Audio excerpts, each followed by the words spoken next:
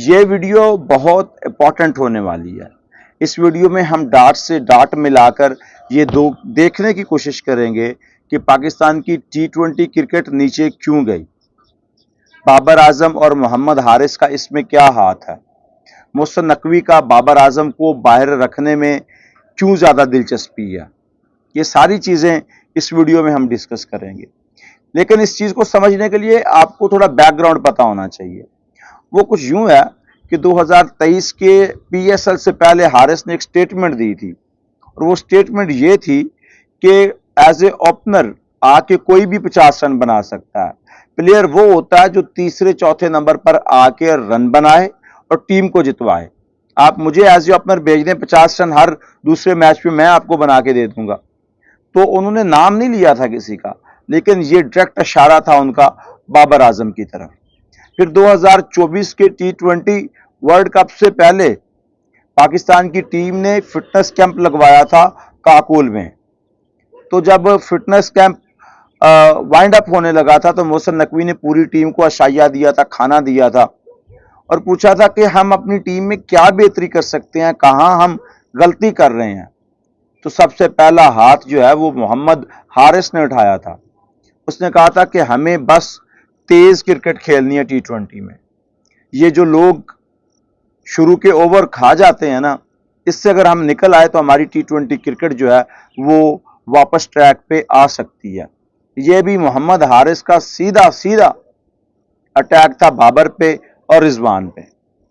उसी समय फिर बाबर आजम ने हाथ खड़ा किया। उन्होंने कहा कि ये जो कह रहा है ये ठीक है, लेकिन इसकी अपनी परफॉर्मेंस देखो, इसके अपने मैचेस देखो, इसके रन देखो। लेकिन दूसरी गलतियों में मैनेजमेंट की भी कमी है, प्लेयर्स का भी कसूर है, हम इसको बेहतर करने की कोशिश करेंगे। अगर मोहम्मद हारिस परफॉर्म नहीं कर पाए तो मेरा ख्याल है ये बहुत सारे लोगों को बात बुरी लगेगी, शायद इसमें बाबर आजम का हाथ है। वो बंदा या तो ओपनर खेलता रहा या 2 नंबर पे आके उसने बैटिंग की है। आप उसको 5वें 6ठे नंबर पर भेज के उससे बैटिंग करवाते रहे हैं, तो उसमें कसूर उसका या आपका? नाराज ना होइएगा बाबर आजम के फैन, ये सवाल है। ये वही मोहम्मद हारिस है जो T20 वर्ल्ड कप में 2022 में अपना इंटेंट दिखा चुका था, जिसने तेज क्रिकेट खेल के बताया था कि मॉडर्न डे की T20 क्रिकेट यही है। मगर उसके बाद फिर उसको खुदे लाइन लगाया गया। 8-9 माह आपको हारिस किसी क्रिकेट में नजर नहीं आया। मोहम्मद हारिस को NOC दिया गया था कि जाओ जाके BPL खेल के आओ, लेकिन जैसे ही वो ढाका पहुंच गया, होटल में पहुंचा, तो पीछे से कॉल गया कि भाई कोई NOC नहीं है तुम्हारा, वापस आओ। तो हमारे यहां असूल होता है कि जो बादशाह होता है उसकी हर बात मानी जाती है। फिर जब मोहसिन नकवी ने गौर किया कि पाकिस्तान की टीम T20 में परफॉर्म नहीं कर पा रही, हम 2024 के T20 वर्ल्ड कप के पहले राउंड से बाहर हो गए, तो उसे लग पता गया कि यार हारिस बात ठीक कह रहा था। तो उसने कहा मैं तो यार ये काम नहीं जानता, तो ऐसा बंदा ढूंढूं जो कहे कि भाई मैं ये कर देता हूं। तो मोहसिन नकवी ने आकब जवेद के हाथ में चाबियां पकड़ा दी और कहा कि मैं चलना मेले नू, तू सारा कुछ सांभ। और फिर उसने उसको डायरेक्शन भी डेफिनेटली बताई होगी। तभी तो न्यूजीलैंड की सीरीज में बाबर आजम और रिजवान को खुदे लाइन लगाया गया था, और उसमें इंटेंट वाली क्रिकेट खेलने की बात हुई थी, और पाकिस्तान ने इंटेंट वाली क्रिकेट खेल के दिखाई भी थी। 210 रन को 16 ओवर में चेज किया था, एक ही वो मैच जीते थे, मगर रास्ता पता चल गया था कि कौन से रास्ते पे हमने चलना है। तो मोहसिन नकवी ने आकब जवेद को थापड़ा दिया कि तुम ये करो। अब जब टीम परफॉर्म कर रही है तो बाबर आजम की जगह नहीं बन रही, टीम ने वाइट वॉश कर दिया, ऊपर से सारे लड़के भरपूर फॉर्म में खेल रहे हैं, तो बाबर कैसे वापसी करे? आप समझ रहे हैं ना कि बाबर, वो कहते तो हैं T20 प्लान में है, लेकिन वो कौन से प्लान में है कि दूसरी सीरीज है उसका नाम नहीं आया। इसका मतलब तो यही है कि मोहसिन नकवी ने हारिस की बात को बड़ा सीरियस लिया है। ये वही हारिस है जो दूसरे नंबर पे आके तीसरे मैच में बांग्लादेश के खिलाफ 100 लगा चुका है, क्योंकि उसको प्रॉपर मौका मिला है। तो उसने अपना शो दिखाया। जब भी मॉडर्न डे की क्रिकेट यही है कि भाई आओ 6 ओवर में 60-70 रन बोर्ड पे लगा दो ताकि आपकी टीम पर कोई प्रेशर ना बने।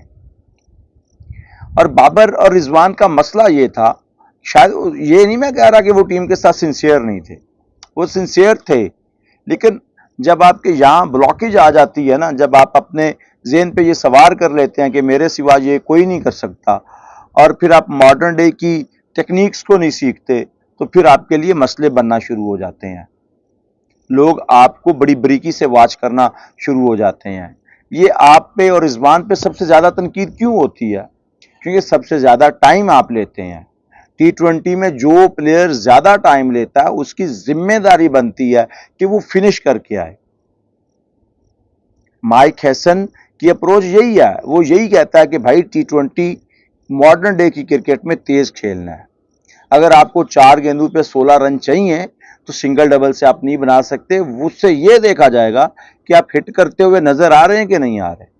अगर आ रहे हैं इट मीन्स कि आप जीतने के लिए जा रहे हैं, नहीं तो फिर आप अपने लक्ष्य के लिए खेल रहे हैं कि मुझे 100 बनाना है, मुझे 50 बनाने हैं, मुझे 60 बनाने हैं।